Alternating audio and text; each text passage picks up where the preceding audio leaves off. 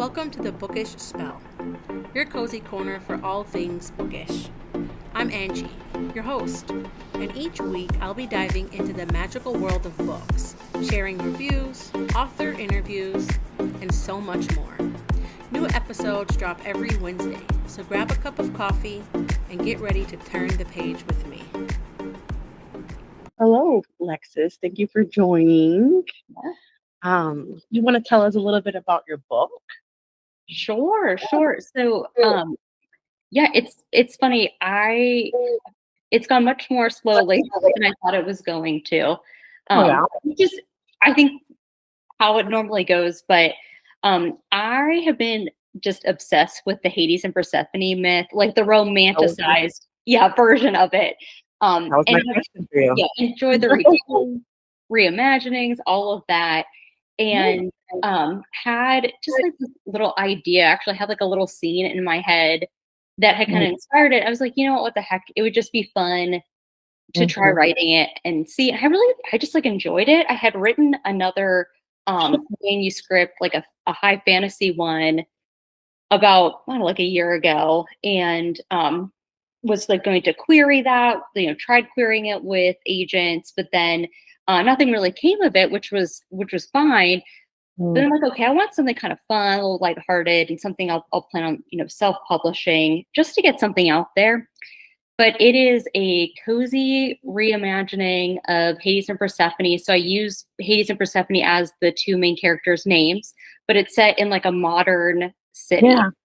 And Persephone is the daughter of basically like a Whole Foods type, Demeter, but this Whole Foods type, business. And, she's been an executive there. She's working her way up the ranks. And Hades is like, the big bad in the city, sort of like your like Amazon equivalent type businessman. So he ends up through some really crazy legal finagling, getting Persephone to end up working for him.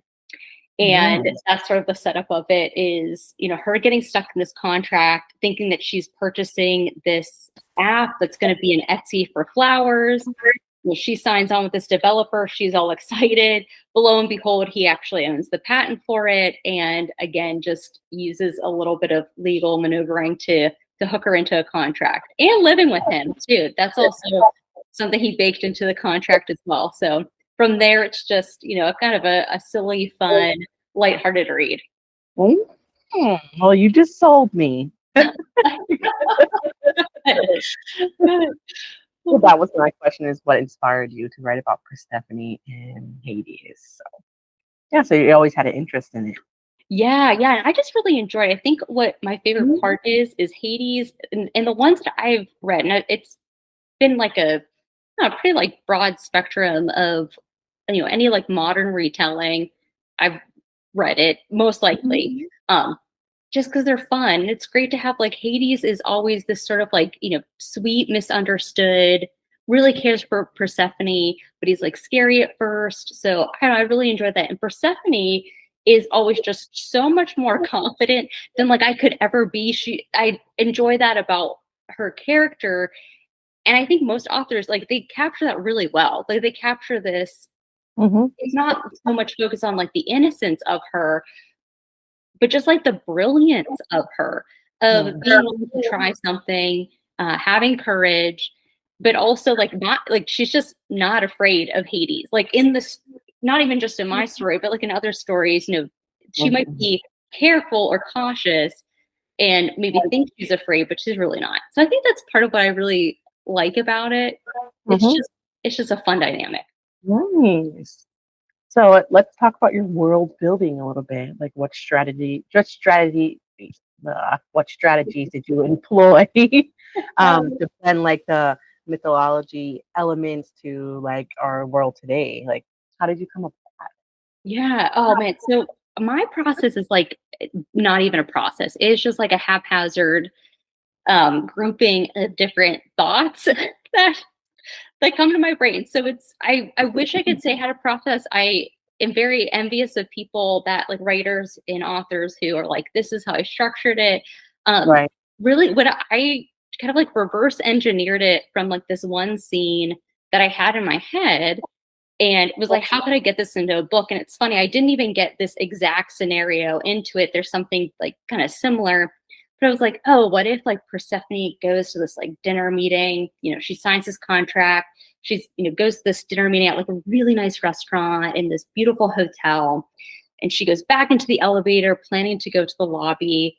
And instead of, you know, the stopping at the lobby, the elevator just continues to like descend and goes down and down and down. She's freaking out. And she's, you know, basically stuck in this box. And it opens up and it's like Hades' lair. Like, oh no, this is the last place I want to be. And like, why am I here? And then she's sort of hit with all of the information of like, okay, well, you're basically trapped and this is like how and why it happened. I'm like, oh man, like I don't know, the scene kept sticking with me and I kept thinking about it probably for like a year before I started writing anything. Just been like, oh, this would be a cool thing. I'm like, I don't know how I'd ever pull it off. There is like a very short elevator scene. It's not like sexy or anything. It's literally her being taken down to Hades' apartment. That does happen in the beginning. So that was probably the closest thing in terms of like replicating that scene itself. But actually answering your question, the world building, I really love Katie Roberts' Neon Gods. And what I liked about her world so much was it was very accessible, but still paid homage to like the Greek gods and goddesses and all of that mythology. And it was just a lot of fun because, again, you recognize some of these names. So there's a little bit of characterization already baked in, which is great. And what I was going for, like a cozy read where it's easy, like it's simple, like there's no complicated dynamics, but it still has to make sense. Like it still has to be rich with something that's interesting. So I tried to like find where that balance was of like, you know, there's still this urban area. It's a really nice metropolis. Persephone and Hades are definitely part of like the rich elite in it. So there is that level of luxury that maybe most mortals in that city don't have. But yeah, I just wanted it to be, again, just like a fun type of read. Nice. So being that you wrote about like Greek mythology, did you do any like research beforehand? Or you just like had this passion? So it's just like stuff you kind of already knew. Yeah, I feel like the things that have actually stuck with me that I've learned about Greek mythology are all from romance books and Wikipedia. So I don't know if that would really count as research, but it's been what I have chosen to adopt. So not a ton, but I did try to just, you know, each time I was bringing in any of like the gods, just to make sure I was at least getting something right about it. But I do have a little disclaimer in the beginning of my book, because one of my beta readers said, hey, it'd be great if you could just remind us who each person is. Because if you reference them, like, you know, I kind of forget, like, you know, who so-and-so. And I was like, oh, this is a good idea. But I put a disclaimer, like, this is a very loose reimagining. Like, if you're looking for something that's going to align with mythology that's, you know, taught in school in books, like, unless it's romance, but like it's not, you're going to be so disappointed. So if you're going in thinking like, oh, this is like this unpacking or retelling, it's inspired by, but it's certainly not something that adheres to all of the elements. Nice. So I do want to ask before we kind of go on about this book, do you have any other books that this is your first published book? So yeah, it'll be my first one published whenever I do it. I have another manuscript for a high fantasy, but it needs a ton of work. So that one will be like, I don't know, much later on. I do want to have a second book, like a standalone set in the same world. So there is a character within the story who I set it up for a book too. Yeah. Oh, really nice. So I haven't read your book yet, but like I said, you sold me, so now I'm going to read it. Good. No, my question just slipped my mind. Oh, yeah, you're good. That's what to ask you. Is it like heavy romance, or I should say like spicy romance? Oh, yes. I included spice in it. There's like, I would say threads of spice leading up towards the end. So I would say it's like a very typical like debut romance author thing where it's not like the full on, you know, like what we all love. Yeah, the clickbait, which let me tell you, like that's 99% of what I read is, you know, there's like one really sexy quote that is put on social media, you know, and it's like, oh, okay, I cannot get this thing downloaded on my Kindle fast enough. So I wish it was like that level of spiciness, but I mean, I would say it's pretty middle of the road spice level. But yeah, there was no way. I wrote something I wanted to read, and if there's no spice in it, like it's like I really have to be convinced. Like somebody has to be pressuring me to read it. That sounds terrible, but that is like, I know. yeah. Well, I mean, I feel like your character sounds so well crafted and interesting that I feel like it could be a really good book without it being heavy in spice. If that makes sense. So, like the story itself sounds pretty interesting. Yeah, I wanted the banter to come through. Like I enjoy that type of stuff. Like, yeah, just it's all of the lead up, and it's again, it sounds terrible, but like once characters are like good and like they've, you know, I'm done. I've checked out. It's like I get it. I'm such like a, you know, smut gremlin that's like I'm looking for this like very specific, I don't know, dopamine, serotonin hit in the book. So that's why I wanted it to be, you know, like a big long ramp up. And it's not super long. I think the final version is gonna probably be, because I'm still doing some heavy edits right now. I'm about to send it to a freelance editor, which after that point, I'll definitely send you like a, you know, pre-published copy to read, because I would love for you to read it. I didn't know. I thought it was out already. Oh no, not yet. No, not until I had plans to get it out by this time, but between schedule and budget, it just wasn't going to happen. Which is, it's all good. I think I'm gonna release it in March of next year. That's the plan. Did you post that online? Because I think I read that. I was at a different author. Well, you know what?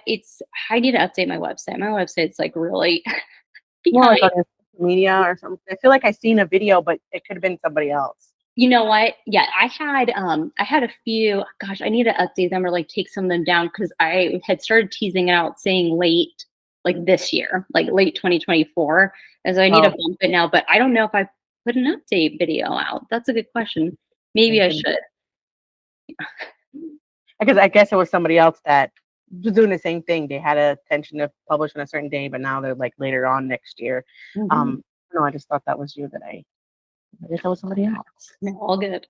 I want to ask, like, what is your whole writing process? As well, actually, we'll go from this point because I'm really curious. What inspired you to become a writer?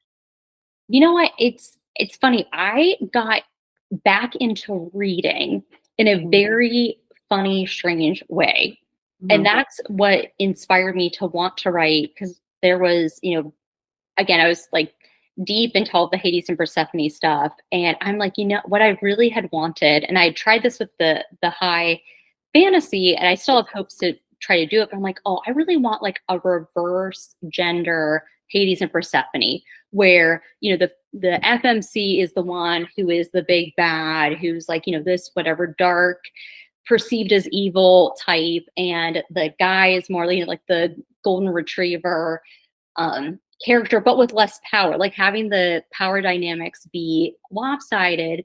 And I have for a long time really enjoyed the video game series The Legend of Zelda, which like this is the problem, is I love it, but it's like such a niche video game, and like the romance reader and Legend of Zelda fan overlap, I feel like is kind of small. Like I'm trying to find these people, because that's just the like we're calling all Zelda and romance readers, right? Like we could all get along, because the Legend of Zelda, they have crafted quite an incredible epic story. Like it is really good. But I'm like, you know what? One of the best kind of encapsulations of that reversed power dynamic is Princess Zelda and Link. Like Link is like, you know, this courageous guy. He's trying to like, you know, save Hyrule and stuff, but like Zelda always has like some type of power that is much more high level, like she's royalty, you know. And I'm like, oh, so I started writing fan fiction for it, because I'm like, why the heck not? And it just like consumed me, and I got like so wrapped up in it. So really from there, it's like, okay, no, I enjoy this writing thing. It's fun to storytell, and I like reading, so why not write some stuff that I would enjoy reading and see where it goes. Or was this something you done where you were a lot younger, or?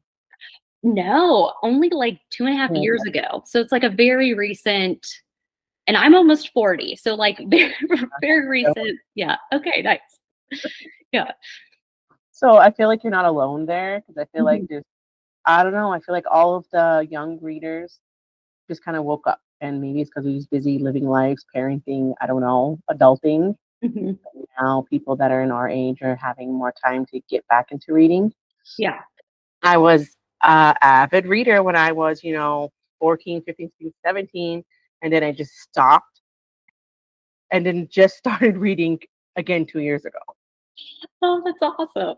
So, and this is not the first I heard it. Like everybody Mhm. has been telling me that. It's actually kind of creepy how it's just like at one time everyone just like woke up and like, I'm gonna read. Well, and it's crazy. Like, I do think the pandemic sort of helped, That's like why. reignite that. And even for like, I've worked from home since having kids. So I have my oldest is over 9. Yeah, Mhm. and once it went from like both of my kids and my husband, like all of us being home all of the time, Yeah. for that like year and a half or so after COVID had hit, and we had to stay at home really early because early on before it was like everybody was being told like you need to shelter in place or whatever. Before that, like there had been an outbreak where my husband worked, and so we were told like you guys, yeah, like you will infect everybody, like you need to. So we were hunkered down real quick, and it got scary. So I'm like, oh no, like this is we ended up Yeah. fine. That's not good. But I mean, as you know, it's like when you have a job, you're working, you've got a family, household stuff, like whatever. And then your kids go back to school. Like school's open back up. My kids are going to school full time for like the first time ever. I thought I had a ton of free time because I had been fitting in a full time job in between all of this other stuff. And so I'm like, shoot, now, like, yeah, reading can be is something that's easy and fun to fit in. It doesn't, and I think what's nice about it, it's like it can be whatever you want. It could be like the hour or two before you fall asleep, or it can be like, hey, whenever I can fit it in because I've got a really good book. Like I like that about reading. No, reading is pretty enjoyable. Mhm. So, being that you work from home, I mean, you worked from home before COVID, right? Yes, You always do. yes. So, because I work from home too all my life, I worked at my home. When everyone around me was complaining about quarantining, and, we have to mask mandate, we can't leave our home. Right, right. I'm like, I'm used to this. Yeah. This is comfortable for me. Did you have that, or was it a struggle for you during the pandemic, or was it more like because now you have to stay home, now you want to break out? Right. No, I feel like for me it was, and it sounds so terrible because like again it's a pandemic, like it's a horrible thing to happen. But like I was one of the benefactors of it for Right. sure because then now my coworkers, who most of them work in an office, like we're not all remote. Most of them are in an office. They then understood what the like work from home dynamic was like. So I feel like Mhm. that really helped. Like my boss, he lives in India and he's older and stuff, but like I think it was helpful even for him to see like, oh no, remote like working is very normal. Like you can still get a lot of stuff done too. So I think it was nice to have coworkers see, what it's like. And Yeah, even that it's the same, it's still a job. yes, Right? and you can get a lot done and you aren't like you're not distracted by stuff in the office. Like Yeah. it's more, you have a little bit more control over what you're doing in the day, and you can be a lot more productive, not just in like your work stuff, but in your life stuff, which kind of frees up like the creative mind a bit because Mhm. you're not just like, okay, well, I have to be here in this office. My brain is just like not working with me right now on whatever this project is, but I have to stay in this office. So I'm just going to sort of sit here and rot, I guess, until like my brain wants to fire back up. And even like for my husband too, like he had not been working from home. He does now. It was great because I would try to like, explain to him or like walk him through like, hey, this is what's really tough about it, what's not. And no joke, this is like weeks before the pandemic. I'll never forget this. He had said to me, he's like, I know you want me to understand. He's like, I'm just not going to understand because like I go into an office and like I think about that all the time because I'm like, oh man, yeah, no, well, you I understood. conjured the pandemic. I know, oh my God, I know. That is hilarious. Oh, Well, how does he feel about work from home now? he loves it. I mean, it's great. Like it's I feel like I do have a coworker at least because he does something kind of similar. I mean, it's on like a much higher level. We're both in marketing and we both do some like element of project management. So it's kind of nice to have someone who, like is familiar with the field. And yeah, so I feel like I still have a coworker, which is good. So yeah. Cute, actually. Yeah, it is. It's fun. It's a cute story, just saying. So this is a little off topic, or random. I have tried, because I have my own small business. So that's why I work from home. It's like I live and run a small business. I've tried multiple times to have like a little office, storefront, whatever type of thing. Mhm. And I just can't do it. Like Mhm. when I'm there, and I know this is like actually really silly because it's technically my job. When I'm there, I feel like I'm wasting time. Mhm. Mhm. I need to be home because while I'm waiting for an appointment or a phone call or doing whatnot, I could be doing a little laundry. Mhm. I could Right. be getting dinner ready. I'm at home with my toddler. I think maybe because I just done it all of my life. I've never like worked anywhere. Always been doing what I'm doing now, which is I do tarot card readings. Okay. All right. That's okay. Very, very cool. So you're an expert at this whole like work from home, remote stuff. I mean, goodness, that's All I ever did. awesome. All I ever did. I never worked anywhere else. Never done anything else. Done that from day one. So when I try to be a little bit more like professional and Mhm. have like actual storefront, I'm telling you, I hated my life. Yeah. Even though it was nice, the experience was nicer because you don't have my kids, making noise. I don't have to like constantly pick up toys in case someone's gonna come into the reading. But I really like it was exhausting. So like it makes me have like sympathy for the people who actually gotta get up every day from Mhm. Monday through Friday and commute to work, stay in work, pack lunch, and like I can't do this. No, I don't know how people do. I'm right there with you. Like one, hard pants are terrible. Like you don't want to deal with that. And yet too, like I think there's that like I don't know, like that thing in your mind that just like keeps like nagging at you whenever you are somewhere in an office and you're like, I can't throw a little laundry in or I just want to have a snack. Like I just want to have a snack and have nobody else know about my business right now. Like that's all I want. No, I'm right there with you. I don't know. I mean, it's maybe what it is probably people like your husband who've never experienced before COVID. Mhm. They didn't know what they were missing. But I feel like getting up and like when I used to get up and go, Mhm. I'm so exhausted, even Yes. though what I do is literally I do tarot readings, palm readings, stuff like that. So it's not physical work, I'm sitting there basically like having a conversation with somebody. I am so drained, Yeah. even though like I'll close earlier a little bit, like 7. But when I'm home, like I don't want to do nothing. I don't want to cook dinner. Now I'm just tired. Yeah. Yeah. It's a very weird feeling, and wish more people could benefit the factor of working from home and how enjoyable it really is. Yes, I know, and I just choose to believe some people are built differently, and so Yeah. it works for them, and like that's what they want to do. Yeah, I am built like how you are, Angie. So yeah. All right, so we'll get over that topic a little bit. Sometimes I ramble You're and good. in a You're podcast. Now I want to talk about your publication process. And right now you're currently an indie author. Mhm. Do you plan to stay an indie author, or do you plan to get like a publisher and become a traditional publisher?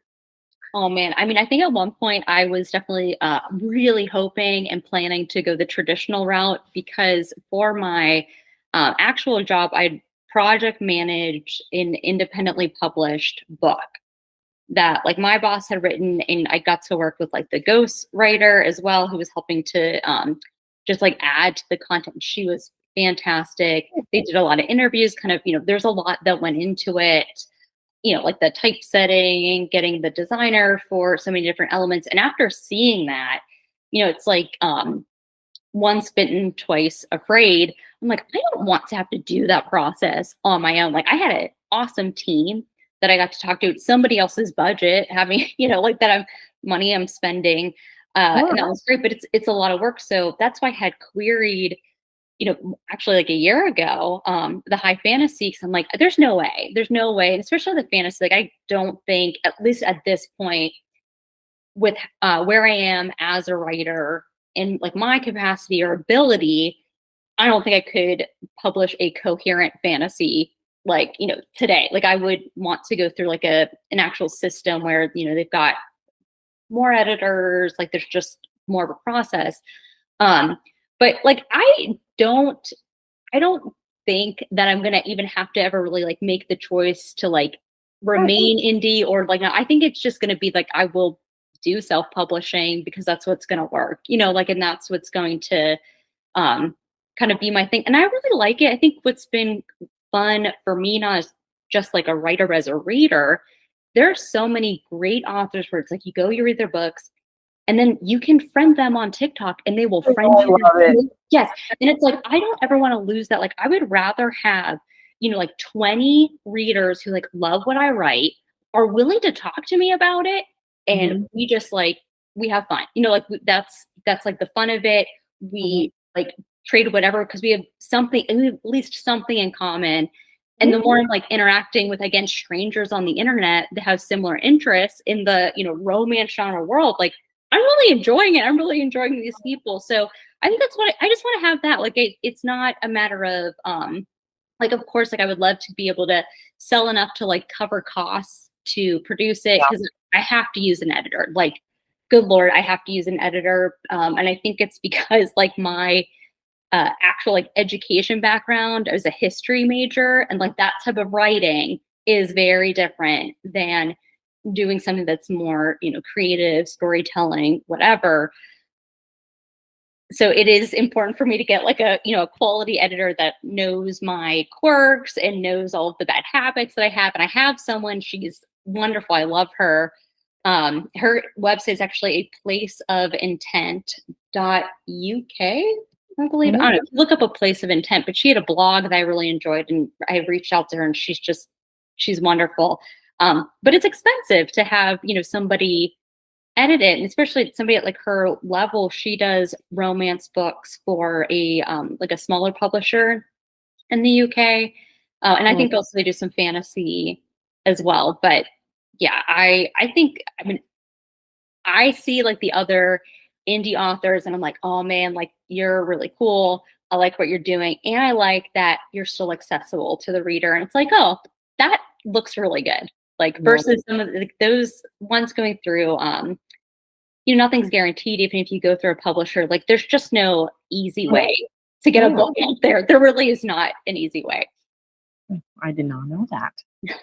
Well, I didn't know, like, if you get a publisher and somebody picks up your book, and it's still not guaranteed until, well, you don't know. yes. So this is what I did not realize, because this is one of those, like, until you kind of get into it, so you don't know.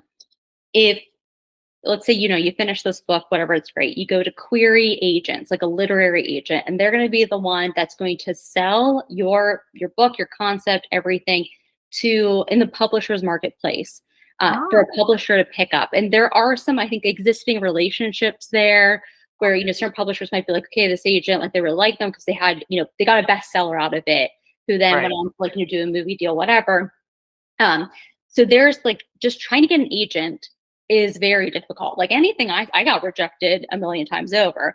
And I even got like rejections with like specific things they didn't like, just from like the get-go, which actually they're are really funny. It's just a very humbling process, but still all good. But even if you get an agent, they're going to ask for the full manuscript, because you don't send usually everything. You usually send like the first, I don't know, so many pages or so many chapters. And then if they like it, they might ask for more. So then you're waiting again. And then they might say, like, make you an offer. And at that point, you go and you tell all the other agents that you queried, hey, I have an offer, like a notification. You give them like a little bit of time if they want to also jump in and offer you some type of agency. And then once they get, you sign on with an agent, basically what they're agreeing to do is to help like promote your book again to some type of publisher, some publisher out there. They will have you make edits to the book. They will have you work on like your pitch so that they're able to really package it up well and sell it to the best of their ability. But you are then like, you're happy you get an it, but then you're waiting for a publisher to pick you up. And that's not guaranteed. Like there's a possibility it doesn't get picked up. And then even if it does get picked up, you still have to sell that book. Like if you are a sort of like no name, like, author, it's really hard for them to like, go out to the masses and say, give this person a chance. Like they have to have something compelling to offer the reader. And every publisher is making a bet on which book they think is going to, give them the best return. Wow. And so they put their marketing money, towards those ones that are the safer bets, the ones that, have mass appeal, might have like a broad reach, are much easier to market, whatever it is. But then there's others, like they can be, very well written, beautiful stories, but they just might not see an audience for it at that moment, which is like really, because it's money for them. Like it's their job and it's their livelihood. So it's like, I'm not begrudging them that, but like, I had no idea this world existed. Like, no. And I don't have like the, definitely not at this point, like the stamina to go through that process anymore. I'd much rather just, it's better to kind of do it, on your own, finding a community. Like actually just started attending like a writers group that has a Zoom, and I'm really loving it. I've made some critique partner friends, but honestly, that stuff's been great because you can ask them questions. They'll tell you what they've done.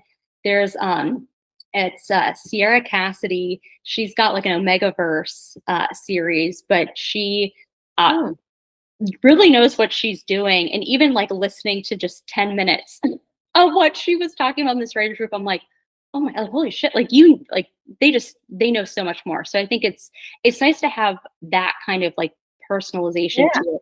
And also like it's a little different than working with the traditional world where an agent, like, again, they're trying to put food on the table. Yeah. You are like a commodity to them. Mm-hmm. And it's not that they don't care. It's not like these are unfeeling people. It's just, that's the reality. It's their job. Yeah. I get it. So would you say that, or would your advice maybe be for a aspiring writer to follow the indie author route first, since maybe having something published and having some reviews on it will help actual like going the traditional publishing route maybe be a little bit more beneficial that way, like to have something you publish on your own, that way these publishing houses can see that your work is doing well? So yeah, I think that the like clear winners of that show that it's a good strategy. There's two that come to mind, and there's two of books, and I really enjoyed these authors.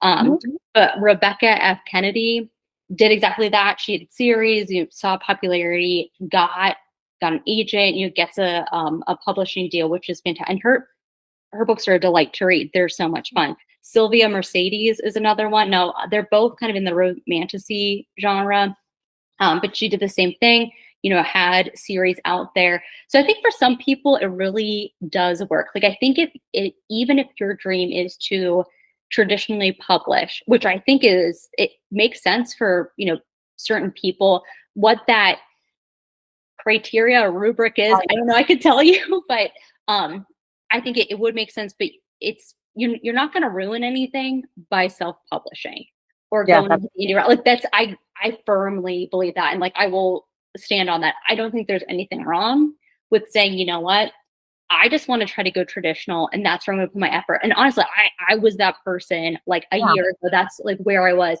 And I've just changed it because it's like, again, no name person. This would be like a debut novel coming out. So it's very risky to then like expect somebody to invest in me. I haven't put anything out there.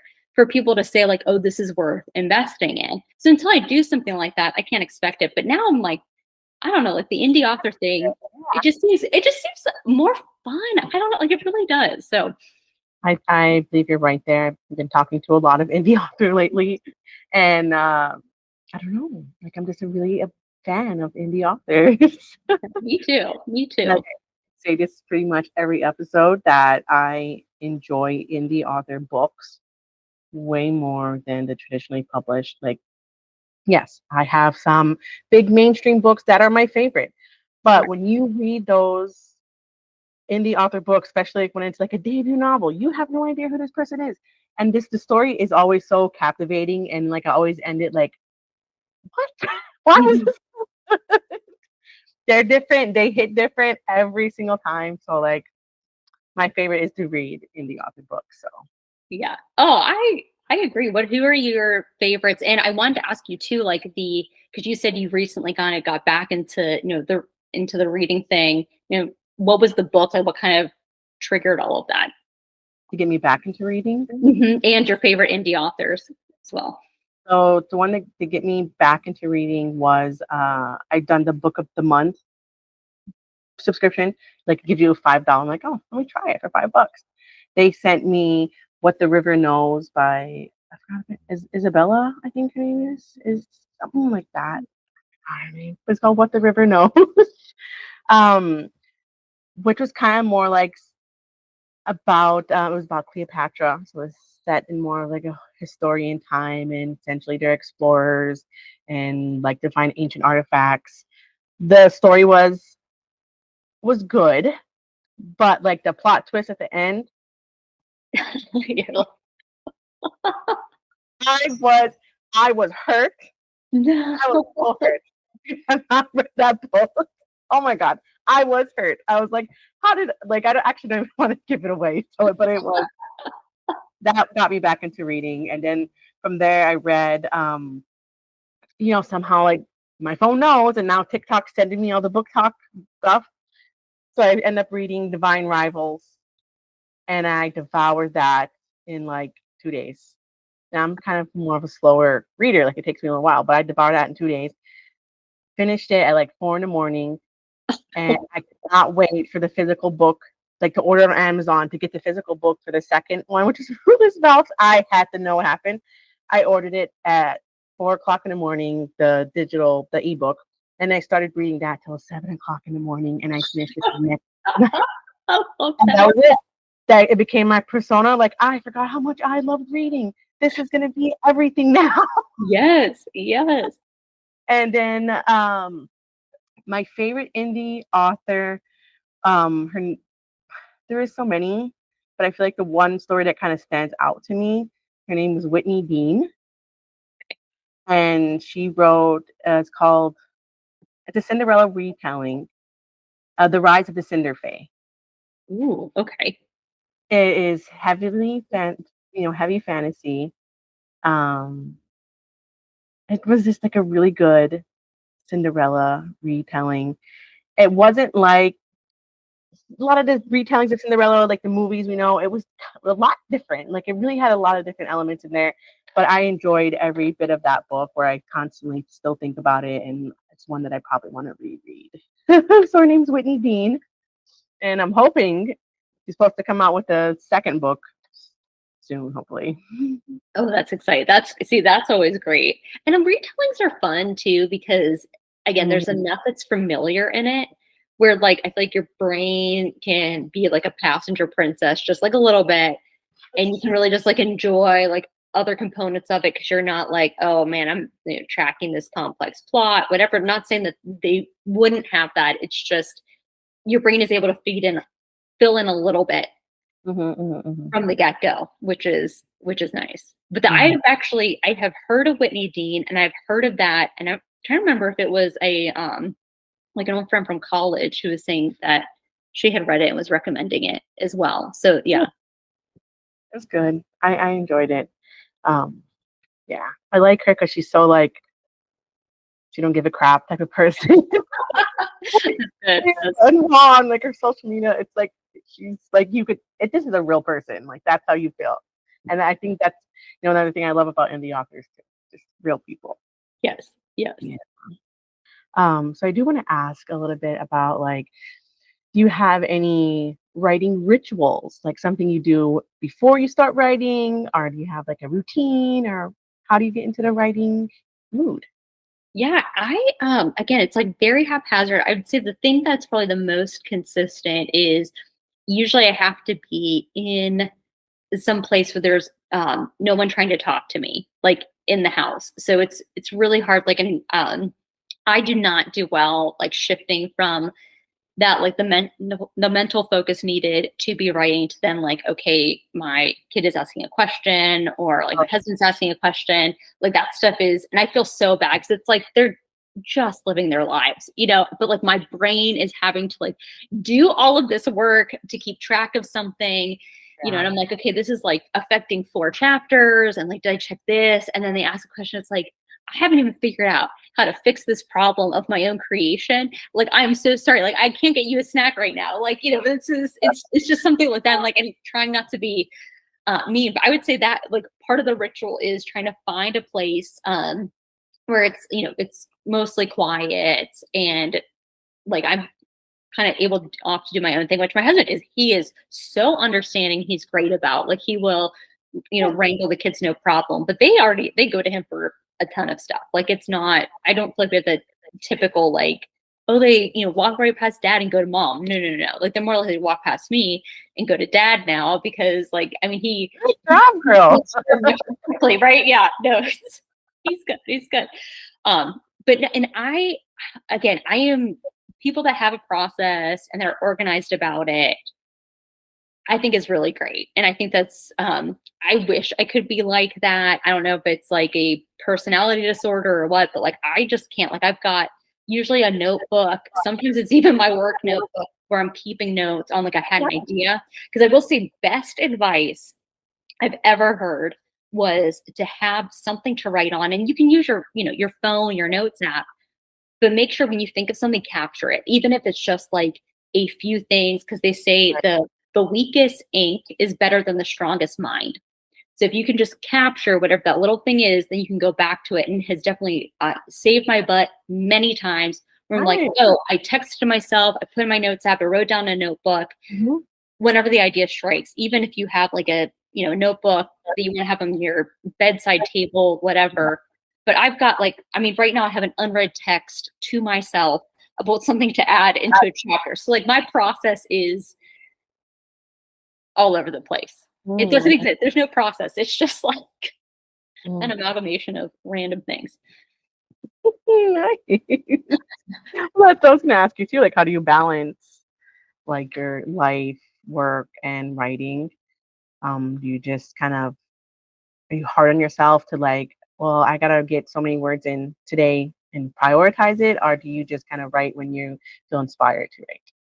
So again, I have the luxury of being someone who already worked from home. So there's like that. And I had an old boss like years ago say it's like a work-life integration, not even work-life balance, which like I think can be really unhealthy depending on, how you handle it. But a lot of it is just like, for me, kind of woven in. Like, I have a very low stress job. Like, I like what I do. I love my coworkers. So it's just a very easy, like, it's not to get a message about something. It just doesn't, it's not going to be like a bothersome thing. So I think that has been key, and that's really helped, because then if I get a work text or whenever I need to do it, like, I can just do it, handle it. And we work with a lot of people in India. And so we're on different time zones. Like, for half of the year, they're 9.5 hours ahead. The other half, they're 10.5 hours ahead. So like, it's, we're on different times. So we're talking, earlier in the day or towards the end of the day for either one of us. And I think, so that's helped. I've had that luxury. Also, I have the luxury of, it's just to me, like, if I don't get in a certain number of words, if I don't do those things, like, the only person I'm like hurting is whatever expectation I've, created for myself. And I've found it's, anytime I'm like, okay, I'm going to finish it like this, like in all projects, in work and life, I end up like blowing past the deadline. which is like, again, terrible for like a project manager to be saying that. But when it's my own self-imposed stuff, I'm like, but so because my editor, she's so flexible, understanding, patient. Even her, I could say, hey, I'm going to send you this stuff on this date. And if I didn't, she's not going to be like, hey, you got to send it to me. She's going to be like, hey, just let me know.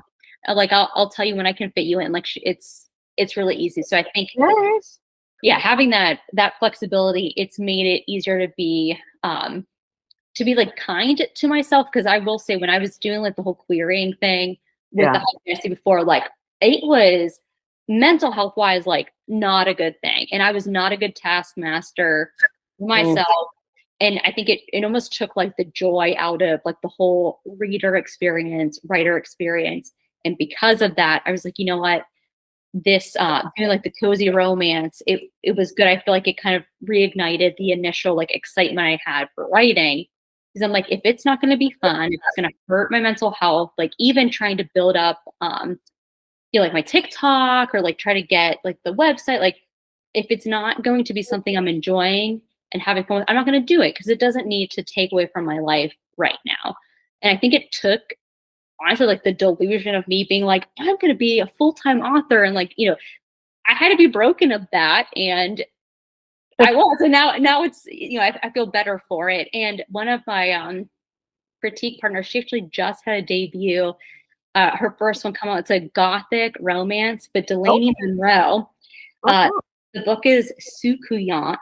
I'll message you the photo and stuff, but she had said something. I thought it was so perfect, because I had said to her a long time ago, I'm like, why are you not querying? Like, I don't understand why you're not trying to get an agent, because like you're a literary agent's dream. Like, she's got fantastic backstory.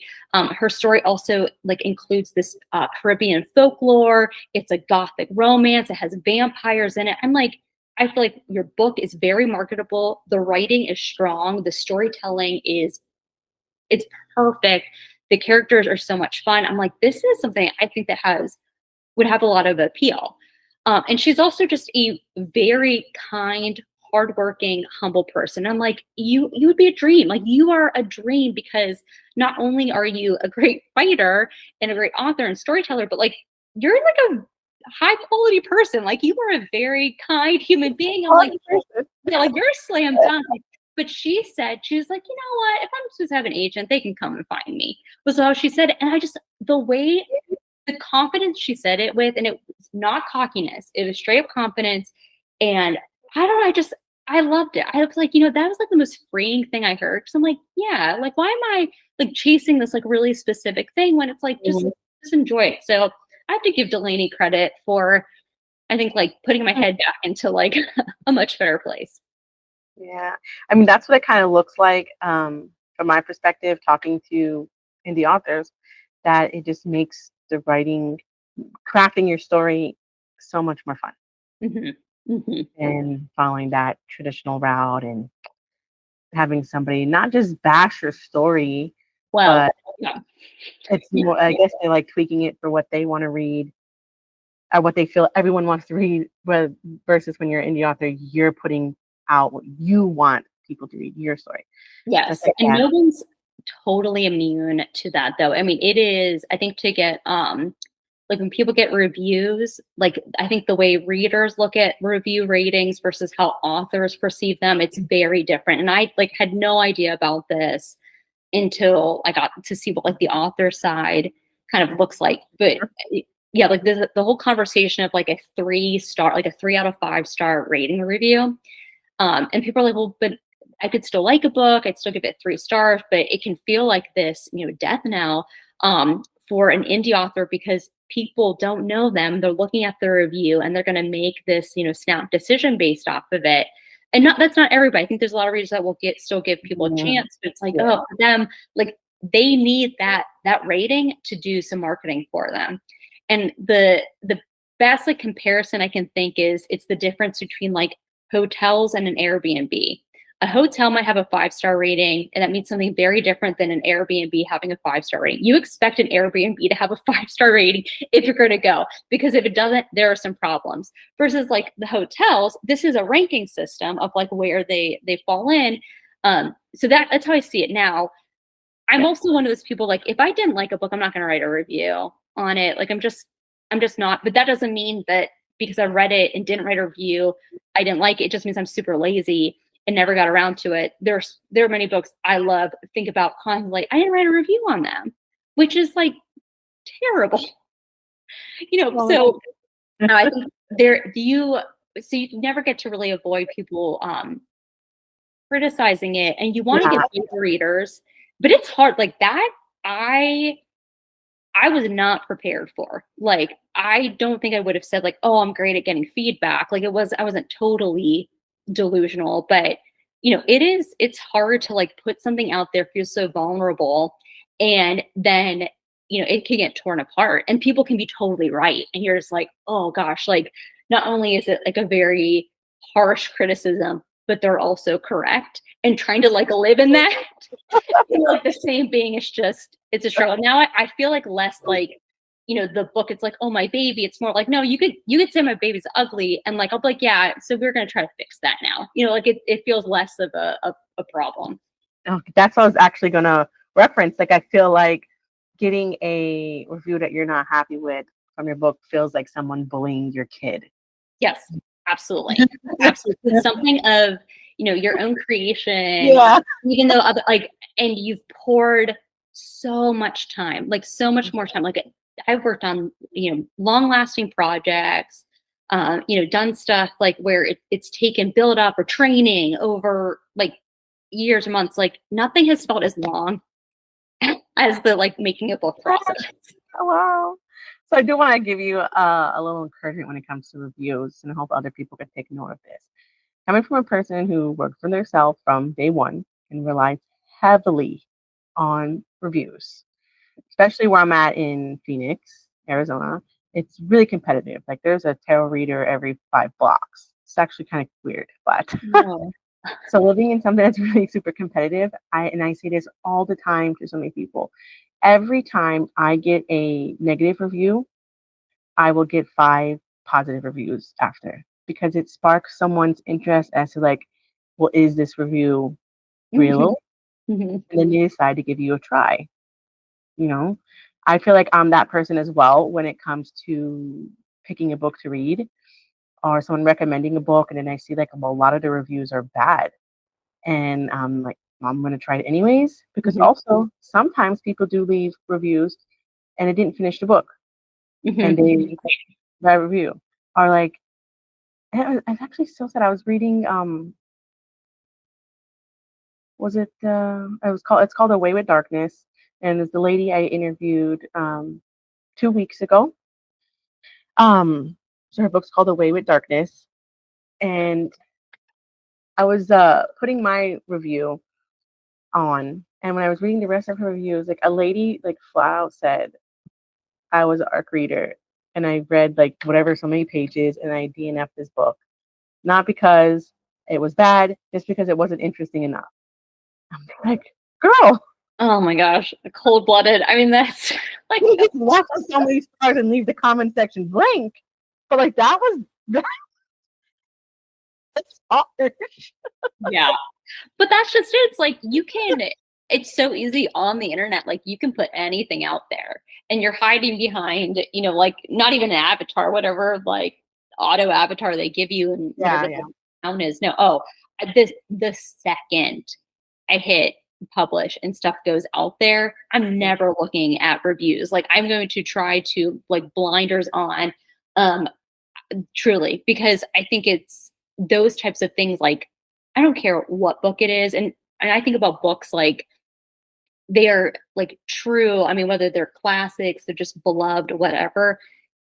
Some of these greatest books, you go on, you will find a 1-star review. You will find something. It's like, so you're right. Like I agree. It's great to hear the 5 positive ones coming right on the heels. Like that is, I will be tucking that away. I give it to everybody who like has their own business, especially, or works on create something for their own. Because I mean, I talk to a lot of people daily with my job. I talk to a lot of Yeah. people, and I give that advice all too often because I see it. I mean, I've done a lot of work from online places doing readings as well, and you rely heavily off of people leaving reviews after providing your service, Yeah. and it happens like all the time. Like you get that one person leaving a negative review just because they don't like what you talk about. Yeah. But I'll get really people. I will start to get more clientele. Basically, is what I'm saying. It's good for business, girl. So Yeah. don't once you hit that publish, don't you worry. It is good for business. Everyone likes a little drama. Yeah, that's right. All press is good press, is what Yeah. they say. Yeah. I mean, because in my opinion, I feel like when I see books that have only 5 stars, I just feel like it's more like somebody hyped it up. Mm-hmm. You know, it doesn't have like a diversity. I personally like seeing books that have a little variation because you get a little bit of perspective from everyone else. Mm-hmm. Yes. But I also never published a book, so Are you I- planning on publishing? I want to. I've been aspiring writer since about, I don't know, 15. Oh, that's awesome. Okay, what would you write, or have you started writing something? I have started and trashed so many different stories. It's even funny, but one of them that I do think about, like it's one that kind of sticks around. It's so silly. It's a Peter Pan retelling. Okay, awesome. No, I love, again, established retellings are tons of fun. Okay. And how I came up with that. I did talk about it, I think, in a couple episodes ago. I tell my kids, nieces, nephews, I tell everyone stories, especially like when everyone's like going hog wild, the kids are fighting and screaming. I'm always the one like, hey, sit down, listen to this. There's something at the door, and then I'll be like, it's the spooky witch and this and that, and everyone's like, they're calm. So one day I'm telling my nieces and my kids, who were a lot smaller at this time, now they're big teenagers. I have 5, and I have a toddler, and then the rest of them are big. Oh my gosh. Okay. Starting over again. Yeah. But anyways, when my first batch of kids were smaller, I was telling them like a spooky story, and somehow I came up with Peter Pan. And the story goes like it was these people, a couple that had fertility issues. And I'm telling my kids this story. They had fertility issues. The wife is sad. The husband's sad because the wife is sad, and all these things. And I can't quite remember everything that I put into that story. But essentially, what happened is the man met an old lady at like a drugstore or something, picking up his wife's medication, and the old lady was like really creepy, saying like, I could give you what you want, you know, you want a child, all these things. And he like ignored the lady, and then like walking home every day from work, he bumped into this lady, and then one time he went to the park to read his newspaper, and she was there on the bench, and she gave him whatever, like elixir for his wife to drink for them to have a baby. But the plot twist was going to be that the old lady is Tinkerbell, and she is giving them essentially the seed for them to have Peter Pan. It's not how Peter Pan was created. It's more of like, you know, Peter Pan never gets old kind of a thing. Mhm. So he just kind of gets reborn. Oh, cool. Oh, that's so cool. That's a great setup. Oh, like I wanted to be like a little bit more of a backstory of how did they started, and I wanted to make Tinkerbell and Peter Pan a little bit more on the evil side. I know there's some Yeah. reasons where they are, but I want them to be a little more on the evil side, kind of like a Bonnie and Clyde duo. And this is like their scheme that they do to get like Peter Pan's soul back on Earth or whatnot. I don't know. I told my kids that story, and like my niece at that time, she was a little older, like in her very preteens. Like me and her was like on my iPhone, and we're writing it down, and then she'll call me and ask me if I wrote anything else, and then like I would have to retell it to her over again. So I have that somewhere on an old iCloud, but I cannot find it. Maybe one day I'll rewrite it. Yeah. I don't know. Well, there's nothing wrong with like rewriting it if you can remember. You know, it sounds like you remember all the big elements of it. Yeah. I would read it. I would definitely read it. I feel like those types of like the origin stories, and like I heard you say, you know, like there's been other ones where they've had Tinkerbell or Peter Pan as the villains, like then it just means there's a market for it. Like if something, so I think about like books, like they are a consumable good. Like they are, like, it's like pizza. We all love pizza. There's so many variations of it, but you also want to go back, and if you like pepperoni pizza, you're going to keep getting pepperoni pizza. Like maybe it's a little different each day, like who knows? But yeah, I think that's, if there are ones that exist, you're hearing about them, then there's a market for it. I got you. I mean, I feel like I'm closer to having the confidence to write. I feel like, I don't know, maybe it's like ADHD or OCD. There's something like physically blocking me because I overthink, like, what am I going to write it on? What platform am I going to use? Maybe I'll just be ahead of the game and I'll edit each page as I'm writing it. Like, it's just so like, why? Yeah. I overthink. So then I think to myself, it's so hard to type. Like, I don't do a lot of type. Maybe I'll just press my speech to text button on my laptop. And that's what I was just gonna say. I mean, you really should, like, and they say to get better at writing, you just have to keep doing it. Like you just keep kind of pressing forward. Like, why not? It's not gonna like hurt anything. And if you have to go back and reformat stuff or whatever, goodness, like there are sites like Fiverr, where you can find somebody $20, they can solve this problem for you. Yeah. I think like just talking to more like indie authors and seeing how like they're just doing it on their own definitely is really inspiring. Like the lady I talked to a couple of weeks ago, The Way with Darkness, her name's Zoe. She does everything by herself. Wow. Writing, the editing, the reformatting. She created the cover, and does the publishing on Amazon, all that. But she had nobody. It was her as a singular person from start to finish. And whether people you choose to read her book or not, whether they like it or not, that itself is like such a huge accomplishment, I feel. Yes. Like that very much so. Yeah. So it was really inspiring. No, I think that's awesome. No, I think people that, again, have the ability to be able to do that, especially if you have like, you understand editing, like that's something I am very much learning as I go. But people that have that, oh my goodness, yeah, like there's a lot that you're going to be able, you can carry it all the way across the finish line, because the actual like the formatting stuff, there are things that can fix that, or they can do it ahead of time. Like I use Vellum.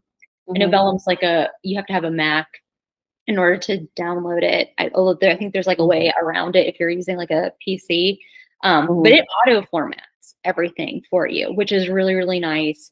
And not saying like it's even one, and it's free until you want to publish. So you can just keep using it. You can store your books, and then whenever you're ready, that's whenever you're gonna pay. And it's like a one-time, you either pay for unlimited ebooks, I think it's $200, and then it's $250 if you want to have ebook and physical copies that you can pull from it, and then send those like files to printer, publisher, whatever. But yeah, so there are things that, like, I mean, you can, don't ever let technology or something like that hold you back from doing something creative, because it doesn't have to, I mean, it can be whatever you want. Truly, you should write. You got to write. This is like I like the Peter Pan retelling. I'm trying to hype you up because I want to read this. So yeah. Thank you. I've been wanting to ask you this question, but we just kind of keep going. What got you, like, what book or indie author got you into reading? Essentially, the question I wanted to know. Yeah, this is another like really just kind of dorky intro too, because like I said, like a video game is kind of like what got me into it. The first thing, it was an app. This, no joke, it used to be called Dress Up Time Princess, which is, again, like ridiculous name for this app, and it had different stories in it, and you could get clothing. Now it has since been like monetized in like the worst way possible. Like it's just whatever. It's not quite the same like it was back in like 2020, even 2021. But the stories were so good. And like my husband joked, he's like, you might as well read a book. Like there's so much reading in the app. I wasn't even thinking about that. I'm like, oh, these are just these fun, dumb, like little stories, like whatever. And like the chat was really funny. Like there was a funny, like little community. So I'm like, this is like a dumb, mindless, like, but I love it. Like I was eating it up. And this one pirate story came out, and it was so good. Like they had done such a great job.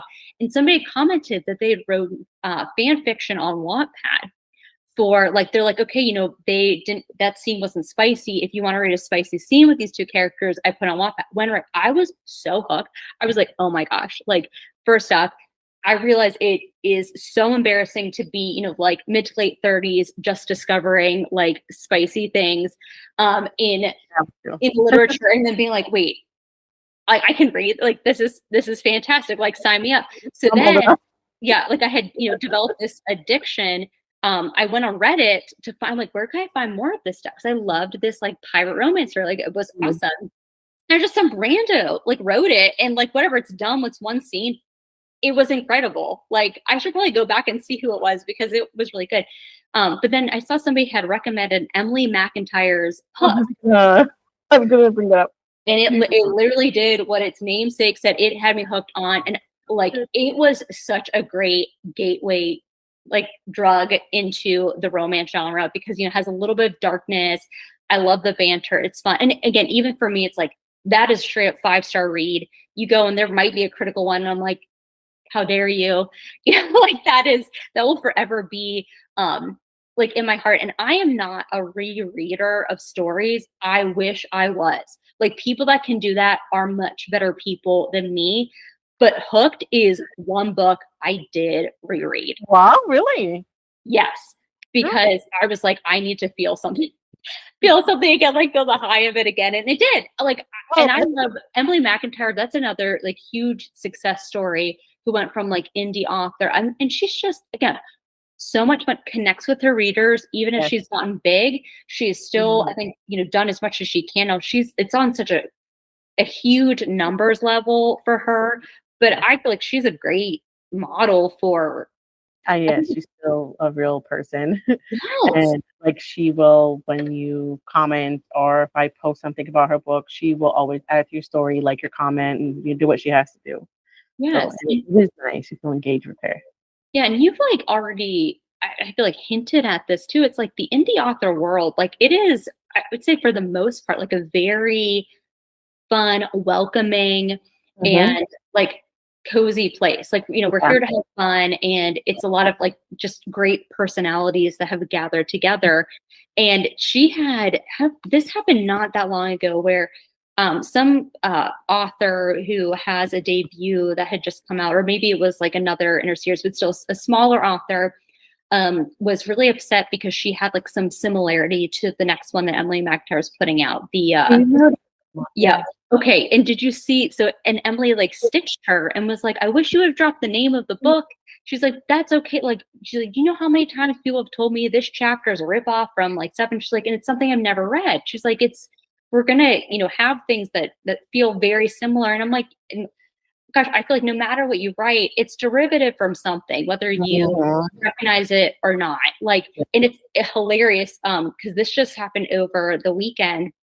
I've been like doing these dumb little like romance author skits on TikTok. And somebody was like, oh, you're like the guy who plays Mr. Bean. You're like his Toby. I'm like, what does that mean? And at first I'm like, is this like some Mr. Bean and Office reference like come together? Like, I'm like, I'm not smart enough to like, I'm not tracking.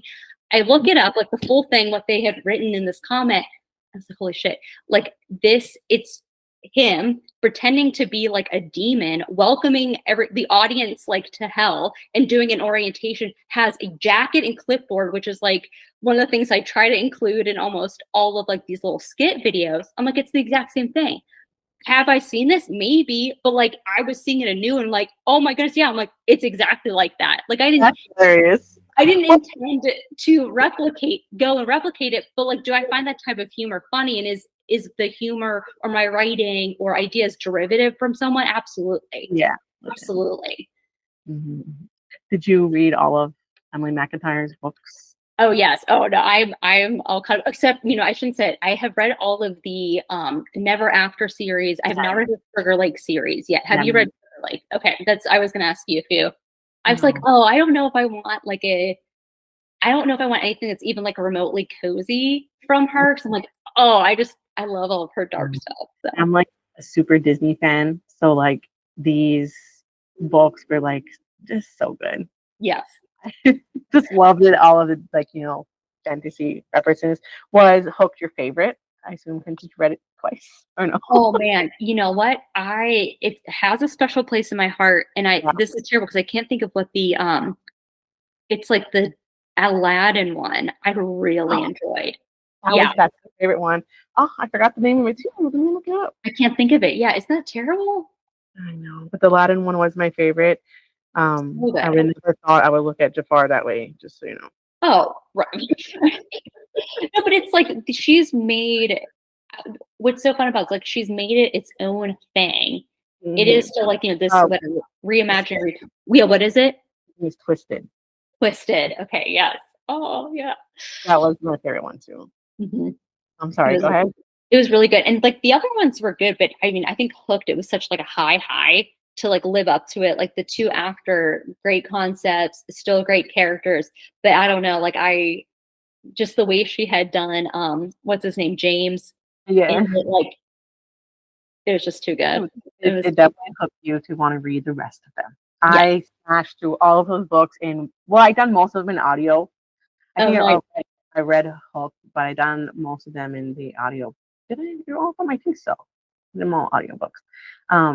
I got through all of them in 1 month, but I was listening to them whatever I was doing. It was like silly. Like one of my social medias, there's like old videos of me like doing laundry, and like you see like my earpiece in my ear, and like I like tell everyone I'm listening to whatever Emily McIntyre book at the same time, and like I was obsessed. I was making memes about every book. It was like I did like what was the other one called? Huh, we're just on the top of my head. There's Crossed. Okay, yes, that was the most recent one, right? I believe so. I think it was the last one in the series, but that was the one about Hunchback of Notre Dame. Just like the story itself, outside the romance, because the romance in that one kind of gave me a little bit of an ick. I don't know. Yeah, I didn't super like the ending. Like their happily ever after was sort of like, but again, did I still love it? Read it? Like, yeah, like I'm not gonna. It was still good, but like I don't know. Yeah, like the romance was a little. Maybe just because the way I visioned like the main guy was. Yes. Like, but I don't know. I liked the story like behind it. It was like it kept me hanging on. Yeah, sure. It was definitely my favorite one. I was like ranting about it to everyone, my sisters. They just won't read it.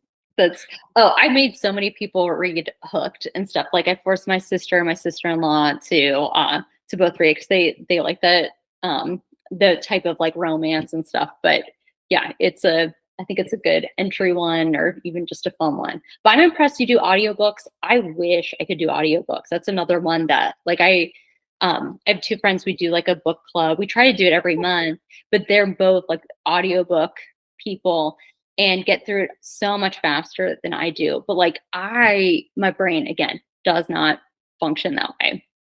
I cannot do fantasy in an audiobook. Yeah. Sorry, my little boy's here now. Saying you can't do fantasy in audio. It's really, really hard. I tried. You could listen to the whole thing and you will not know what happened.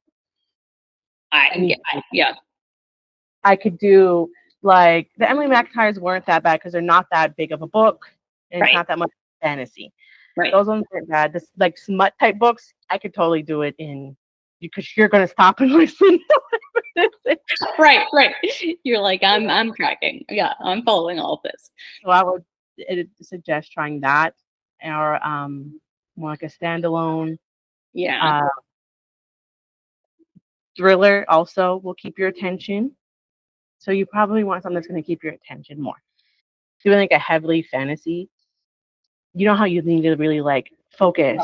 You can immerse yourself into that world and like just visualize everything that's happening. It's hard to do an audio when someone's like talking in your ear, you know? Right. Oh, right. No, right. That makes a lot of sense. In fact, I should try like a thriller or something like that because I read a lot of romantasy.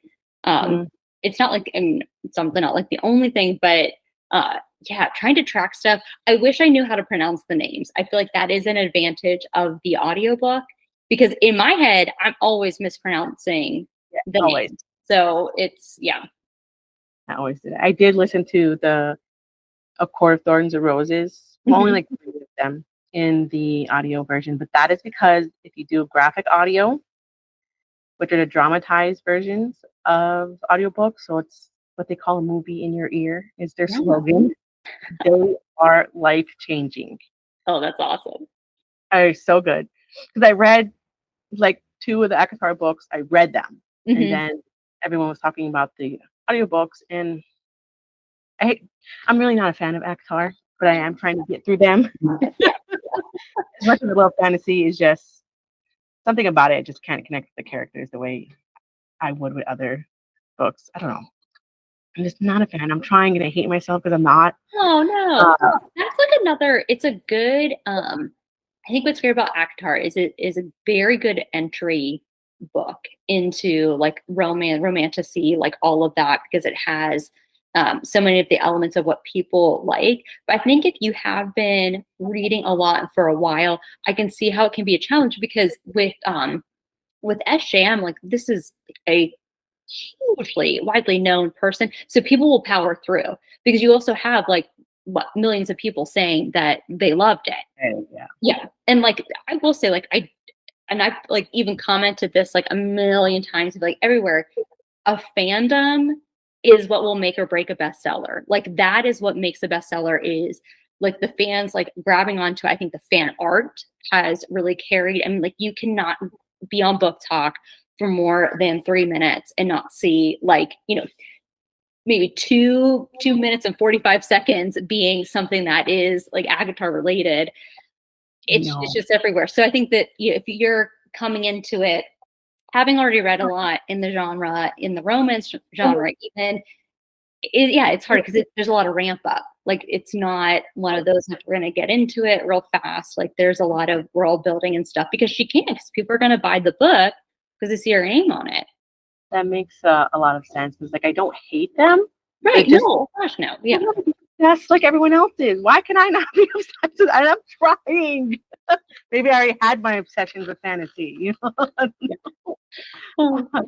I don't know. I'm trying. I mean, I will say that Mr. Fury, no, not Mr. Fury. Or is the green one called Mr. Fury? Yes, you're right. Yeah. Okay, Mr. Fury so far has been my favorite. Yes. Yes. I feel like it's going to remain being my favorite, although I still got, I think, 2 more to read. There's like one that's I think technically a novella, which is the Frost and Starlight one. And then there's the one that wraps up because I had heard it was like originally a trilogy. Frost and Starlight was like kind of fitted into it, but then I can't even think what the 4th one is, and then the 5th one is Silver Flame. Right? Isn't there one in between Starlight and Silver Flames? You know what? It's funny. I recently saw somebody had taken the book covers and had matched them up with the Chick-fil-A sauces.